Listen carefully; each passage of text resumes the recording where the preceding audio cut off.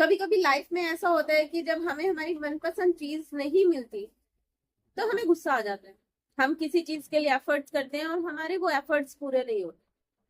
मिलता है तो लास्ट में इतना नहीं मिलता जितने हम एफर्ट्स करते हैं, पर हम बहुत जल्दी हार मान लेते हैं। नहीं मिला, ये नहीं हुआ, वो नहीं हुआ।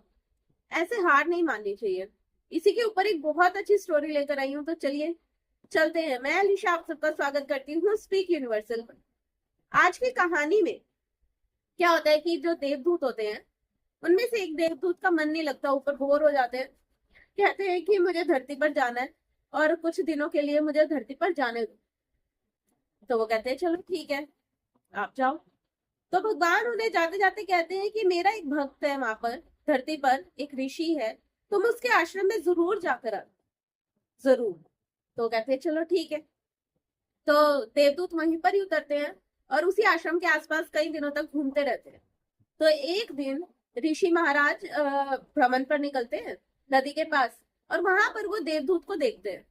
उनका इतना सुंदर, इतना ज्यादा तेज, तो उनसे रहा ही नहीं जाता कि ये कौन है।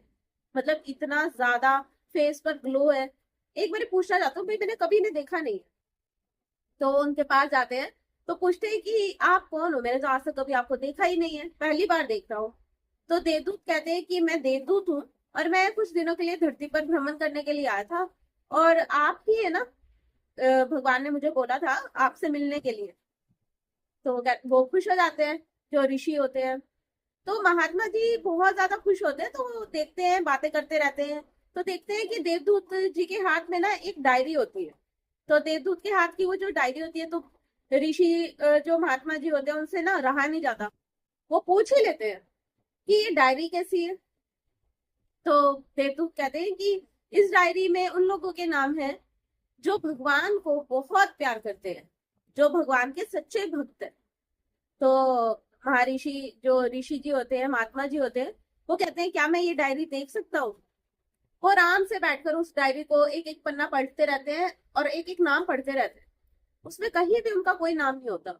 लास्ट पन्ना भी खत्म हो जाता है, लेकिन वो इस बात का बुरा नहीं मानते और एक मुंह पे बहुत प्यारी स्माइल देकर उन्हें वो डायरी वापस कर देते हैं और अपना आश्रम में चले जाते हैं। जैसे उनका रूटीन था, ध्यान लगाना, भगवान को याद करना, भगवान की तपस्या करना, भगवान की पूजा पाठ करना, वो सेम वैसे ही चलता रहता है। ऐसे ही एक हफ्ता हो जाता है। फिर महात्मा जी नदी के पास जाते हैं, तो वहां पर वही देवदूत वहां पर दोबारा से मिल जाते हैं। तो फिर से उनकी मुलाकात हो जाती है। तो वो कहते हैं कि आज फिर आप मिल गए। तो कहते हैं हाँ जी। तो ऐसे उनकी बातें चलती रहती है। तो आज जो हाथ में डायरी थी वो अलग ही रंग की और थोड़ी बड़ी थी। तो महर्षि जो ऋषि जी होते हैं, महात्मा जी होते हैं, उनसे रहा नहीं जाता फिर से। वो कहते हैं आज आपके हाथ में अलग डायरी है, ये कैसी डायरी।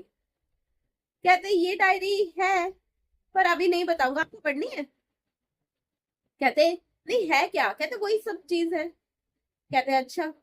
फिर वो दोबारा से उस डायरी को देखते हैं, तो देखते हैं पहले ही पन्ने पर सबसे आगे महात्मा जी का नाम होता है। तो वो पूछते हैं कि ये डायरी कैसी है, इस पे सबसे आगे मेरा ही नाम है। कहीं ये मृत्यु वाली डायरी तो नहीं है कि मुझे आप लेकर तो नहीं जा रहे।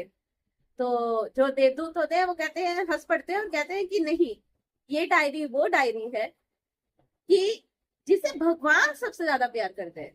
पहली डायरी वो थी कि उनके नाम थे जो भगवान को सबसे ज्यादा प्यार करते हैं, लेकिन इस डायरी में उनके नाम है जिसे भगवान सबसे ज्यादा प्यार करते हैं। ये सुनकर ऋषि जी बहुत ज्यादा मुस्कुराते हैं और खुशी खुशी अपने आश्रम चले जाते हैं। इस कहानी से हमें ये सीखने को मिलता है कि कभी कभी हमारी लाइफ में ऐसे ही होता है कि हम जो चीज जिसके पीछे भागते रहते हैं और वो चीज फिर हमें ना मिले, तो हम क्या करते हैं, उसे छोड़ देते हैं। नहीं मिल रही है, छोड़ो, इतनी मेहनत के बाद भी कुछ नहीं हो रहा है। अब जो महात्मा जी थे उनका नाम नहीं था पहली लिस्ट में, तो उन्होंने पूजा पाठ जैसा उनका रूटीन था उन्होंने नहीं छोड़ा, वैसे ही करते रहे। ऐसे ही हमें अपना काम भी वैसे ही करते रहना चाहिए। थोड़ा लेट रिजल्ट मिलता है, पर मिलता जरूर है। आई होप आपको ये स्टोरी पसंद आई होगी, तो प्लीज मेरे चैनल को लाइक और सब्सक्राइब जरूर कीजिएगा।